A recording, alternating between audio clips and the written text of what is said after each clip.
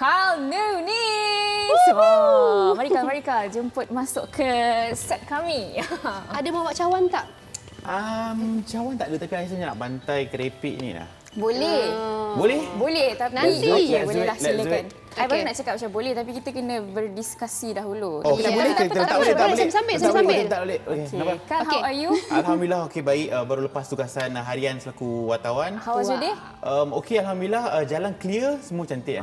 Itulah yang best bila cuti panjang ni kan, Gal, kan? Kita macam pergi kerja pun tak ada traffic jam. Lainlah dia, rumah sebelah je. Okey, Kal. Dah boleh start dah? Kita boleh start. Alright, sebagai individu yang memang mengikuti rapat lah hoki kan, perasaan Carl sendiri bila melihat The Speedy Tigers dah boleh pergi sejauh ini, mungkin untuk cabaran esok pula macam mana? Sejauh yang kita sangkakan adalah di saingan suku akhir, 8 pasukan terbaik di dunia. Itu yang sebenarnya sasaran yang diletakkan terhadap para pemain ini oleh Arus Evaraj. Namun enggan terlalu menekankan aspek itu, namun ambil pendekatan satu perlawanan.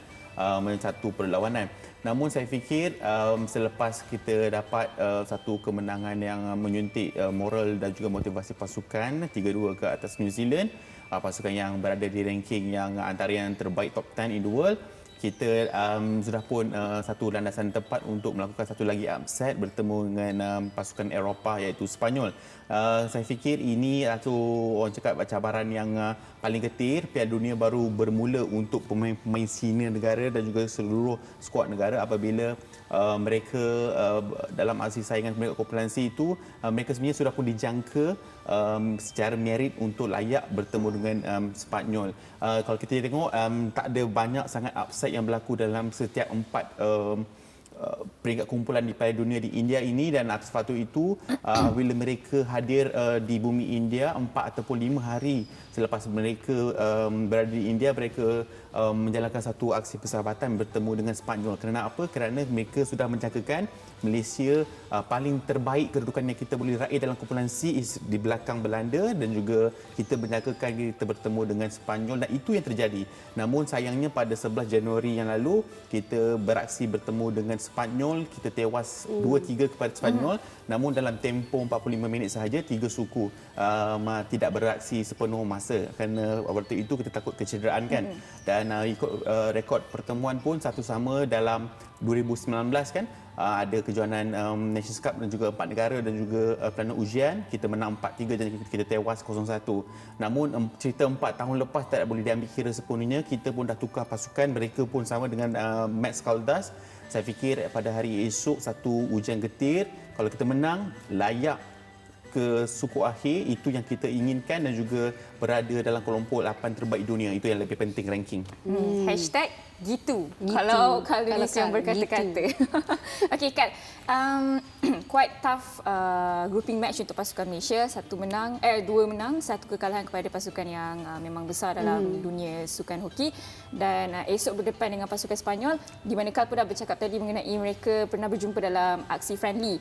Whereby kita tak kalah jauh kan, tapi bermain dalam 3 aksi. Tapi selepas apa yang telah terjadi dalam grouping, mungkin ada tak punca kemenangan kita untuk berdepan dengan Sepanyol esok kan? Ada sebenarnya. Dalam sukan hoki ni sebenarnya bergantung kepada tindak tanduk pemain di atas padang.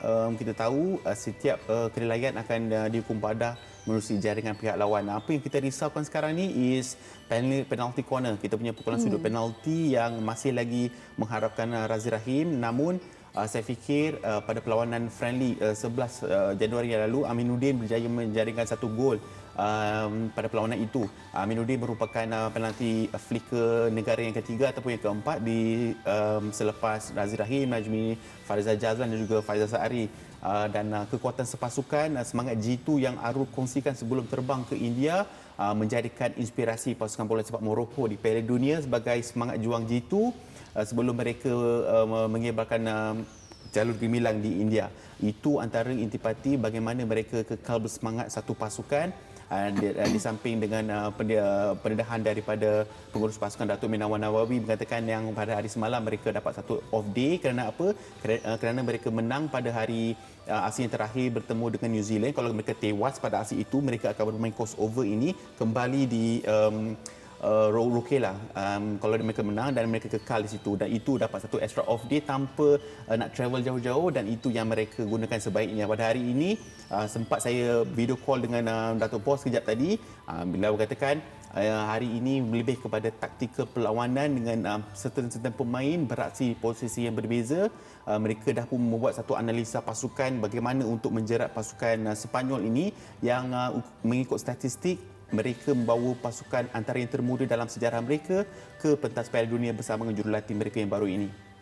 Okey, panjang lebar. Panjang lebar. Nice Tapi one, Kal. tapi kan Kal, tanpa kelibat Syaril Sabah yang kita tahu memang disebabkan kecederaan hamstring kan.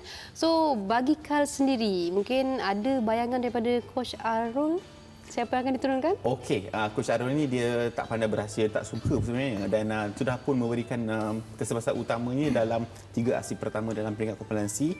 Disebabkan dia rotational basis, saya nak suka diingatkan pemain-pemain seperti Razi Rahim, Ashran Hamsani, Syafiq Sumantri dan juga Faizal Sahari akan kekal dalam kesempatan utama. Tak kala penjaga gol Hafizuddin Osman akan kekal menerajui selaku orang yang terakhir dalam pasukan ini. Suka diingatkan kepada mereka yang bertanya mengapa setiap kali kita menjadikan gol, Coach Arul membawa keluar 3 hingga 6 pemain serentak, itu mengikut ketetapan perlawanan bertemu dengan New Zealand. Dan mereka berjaya melakukannya 2 kali sebelum kita dirompak dengan 2 gol yang pantas dalam tempoh 2 atau 3 minit. Namun itu cerita New Zealand, cerita bertemu dengan Sepanyol ini, kita akan harus lebih fokus dengan agak bijak untuk menggunakan VAR, video referral. Kena tahu kan dalam sukan hoki ini ada satu peluang di setiap separuh, iaitu suku pertama, suku kedua kita ada 1 dan juga ketiga dan keempat kita ada 1.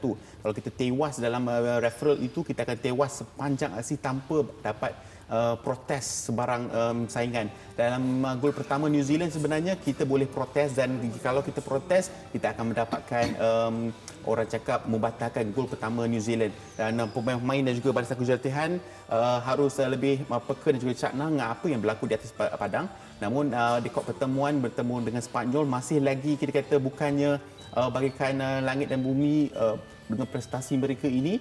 Tinggal lagi mereka pemain-pemain seperti yang saya sebutkan, Faizal Sahari dan juga Razi Rahim, untuk mengetuai pasukan yang cukup-cukup muda ini. Walaupun tanpa Syaril Sabah, kita ada Syed Lucy Veris yang beraksi dengan orang cakap penjagaan tangan di sebelah kirinya yang baru selepas selesai pembedahan.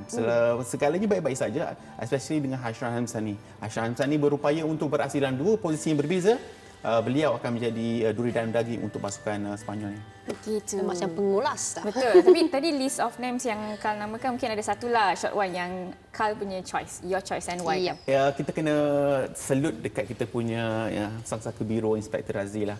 Walaupun berusia 36 tahun memasuki tahun ini, jangan beliau seringkali lead di atas padang ataupun di luar padang dalam sesi fitness test dia antara yang paling fit dalam pasukan. Antara 2-3 nama yang Coach Arul berani sebut, kalau 2-3 nama yang nak main half marathon 42 km, Razi antara salah seorangnya walaupun sudah pun berusia kan.